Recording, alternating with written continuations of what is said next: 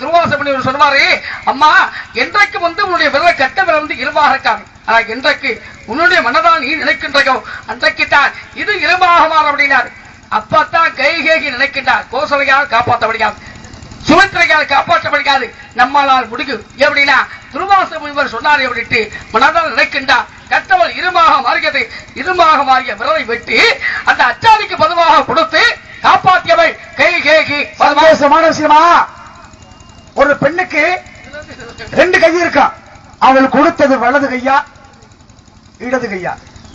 இது மண்கொண்டான் சொல்லி கொடுத்த வேலை, வேற கேட்க மாட்டோமோ? சரி, இப்ப அதற்கிட்ட இருக்க அது இருக்கட்டும் மட்டும் வைக்கவே வைக்கப்படாது. எப்படின்னா எந்த கையை கொடுத்தா அப்படின்றத அங்கிருந்து வந்துருச்சு. உங்களை நீங்க நாரதர் போடுங்க, உங்களை வச்சுக்கிறேன். நாரதர் போடுங்க, அப்ப உங்களை வச்சுக்கிறேன். என்னமா கேட்க கேளுமா? இடகையாகப்பட்டது இடது கையி நாரதர் போட்ட வச்சுக்கிறேன். சரி இல்லங்க, பேச்சுல வச்சுக்கிறேங்க. சொல்லுவா. இடது கை போட்டு இடது கையாகப்பட்டது இடது சக்கரமா வலது சக்கரமா? அட கடவுளே கடவுளே, ஒரு சக்கரத்தை உலக வேலை நிப்பாட்டுக்கையா. இடது கையாகப்பட்ட அந்த விரலை கிடத்துட்டான் அச்சாரியாக கொடுத்து காப்பாற்றினார் கைகேகி. சந்தோஷம். இப்ப அதே திருப்பி நான் கேட்கிறேன், கட்டவரலை கொடுத்து காப்பாற்றியவள் கைகேகி, அதே கட்டவரனால எனக்கு நல்லா யாரு ரொம்ப அங்கங்க சொல்றாங்க, எதாவது கேட்டுக்கிட்டு எதுவும் அது கிடையாதுமா. இப்பதான் சொன்னீங்கல்ல இப்படி வரைக்கும் பேசுவோம்னு. மணி எத்தனாவது? 3:30 பேசு. நல்ல அனுபவம் உள்ளவங்க இந்த பாடுபட தெரியல. உங்கள்கிட்ட அரங்கேற்ற பண்ணி நின்றாதான் சும்மா விடமாட்டிய போல. நான் கேட்டது எங்க விளக்க? என்ன கேட்டிருக்க? என்ன கேட்டேன்? என்ன கேட்டிருக்க? 2 தாய் சேர்ந்து ஒரு பிள்ளைய பத்தி தானே கேட்கிற? அவன் தானமா சராசந்தன். பத்மாச்சன் என்ற மன்னன் கொடுத்தான். மகத நாட்டு ஆளக்கூடிய பிரிகத்தா அவர் எதுக்கு 2 மணியுமா? ரொம்ப நாளா பிள்ளைகளுக்கு ஒரு மாங்கனியை கொடுத்தான். அந்த மாங்கனியை 2ஆக பிளந்து 2 மனைவிக்கும் கொடுக்க பிறந்தது. இடுப்புக்கு மேல பாதி புள்ள, இடுப்புக்கு கீழே பாதி புள்ள. அப்பதான் மண்ண மாத்த என்னடா குழந்தை இப்படி வந்துருச்சு, கொண்டு போய் காட்டுல போட்ட. அந்த காட்டிலே சரை என்ற அரைக்காகப்பட்டவள் மாமிசம் எடுத்து திங்க 2 கையில எடுத்தா குழந்தை ஒட்டி கொண்டது. அதனால் அந்த காட்டிலே சரை என்ற அரைக்காகப்பட்டவள் அந்த குழந்தையை உண்டு உருவாக்கியதனால் சராசந்தன் அப்படிங்கிற பெயரோடு வந்தார். அதான் மகாபாரதத்திலே பீமனாகப்பட்டவன் கண்ணனுடைய சூழ்ச்சியை தெரிந்து என்ன பிச்சு போட்ட ஒட்டுன பிச்ச ஒட்டுன. கண்ணன் சொன்னார், பீமா அப்படி போடாதா, 2 பிச்சு தலைமாத்தி போடுறான்னு. அதனால் பீமனாகப்பட்டவன் கொண்டான் சராசந்தனை. இதுதான் 2 தாய் சேர்ந்து ஒரு குழந்தையை பெற்றிருக்கக்கூடிய ஒரு காரணம். பீமா என்னை கவனி அப்படின்னாரு. கவனித்தான். தெற்ப பொருளை புடுங்கினாரு, 2 கிழிச்சாரு, போட்டாரு. கால் பக்கத்தல தலை பக்கம் காலு போடுறா அப்படின்னாரு. அவர் போட சொன்னாரு, இவர் போட்டாரு. நல்ல மனசு. ராமாயணம் உருவானது யாராலையா?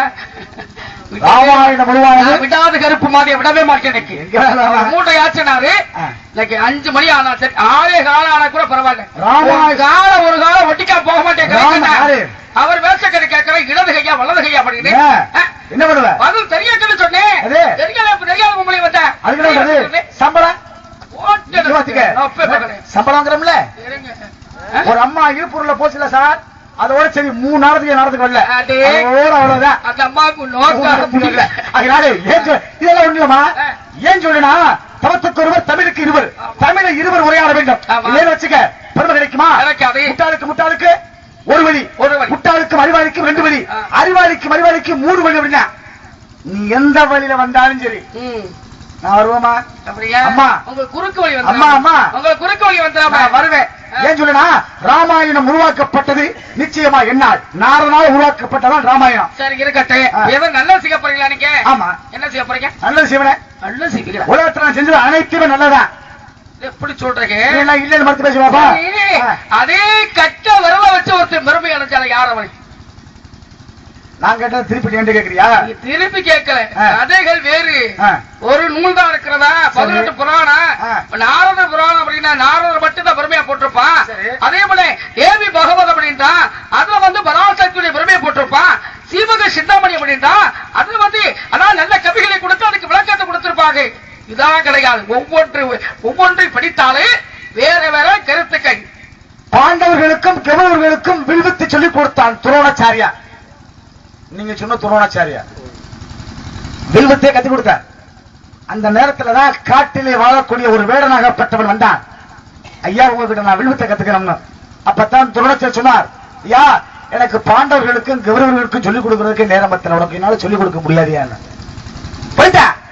அப்ப காட்டில போய் துரோணாச்சாரியரை குருவாக நினைத்து மன்னால் அவருடைய உருவத்தை செய்து அவரை தெய்வமாக நினைத்து குருவாக நினைத்து வில்வத்தையை கத்துக்கொண்டான். அர்ஜுனன் காட்டு வழியாக வர்ற அவருடைய ரதத்தில் வரும்பொழுது ஒரு நாயாகப்பட்டது அந்த அர்ஜுனுடைய ரதத்தை விரட்டி கொண்டு வந்ததாம். அப்பதான் பார்த்தான், யாரு? நான் சொன்ன அந்த வேடனாகப்பட்டவன் தான் ஏகலைவன். அந்த ஏகலைவன் தன்னுடைய ஒரு பானத்தினால் அந்த நாயினுடைய வாயில அடிச்சு அந்த நாயினுடைய சத்தத்தை நிறுத்தினான். அப்பதான் அர்ஜுன பார்த்தாக வில்வத்தையில நான் வரைக்கும் பெரியால் நினைச்சேன், என்னை விட ஒரு இருக்கின்றான். யாரா உனக்கு வாத்தியாரு கேட்க? துரோணாச்சாரியா என்று கூற கூட்டிகிட்டு வந்த அர்ஜுனன் வந்துட்டு, யாரப்பா நீ அப்படின்னு சொல்லும் பொழுது, ஐயா உங்கள்கிட்ட வில்வத்தை கத்துக்க வந்தேன், ஆனா வில்வத்தை கத்துக் கொடுக்க முடியாது. அப்புறம் நீங்க சொன்ன உடனேயே உங்களையே குருவாக நினைத்து அனுதினம் வில்வத்தை கத்துக்கொண்டேன். அதனால நடத்த இப்படி சிறப்பான இந்த வில்வத்தை நான் செய்யணும்னு சொன்னேன். சரி கத்துக்கிட்டியல்ல, நான் தானே குரு. ஆமா. குரு தட்சணை கொடுத்தியா? இல்ல. எனக்கு என்ன தரப்பட குரு தட்சணை என்று துரோணாச்சாரியார் கேட்க, ஏகலைவன் சொன்னார், நீ எதை கேட்டாலும் நான் தருவேன் என்று. என்ன பண்ண? உன்னுடைய வட்ட கட்ட விரல் வேணும்னா, எந்த கட்ட விரல்? வலது கட்ட விரலை வேண்டும் என்று சொன்னார். வலது கட்ட விரலை உடனே நறுக்கி கொடுத்துட்டான். கணக்கு இருக்கியா? அப்ப குருவாக தட்சணையாக வலது கட்ட விரலை வெட்டி கொடுத்தான் அந்த துரோணாச்சாரியார்.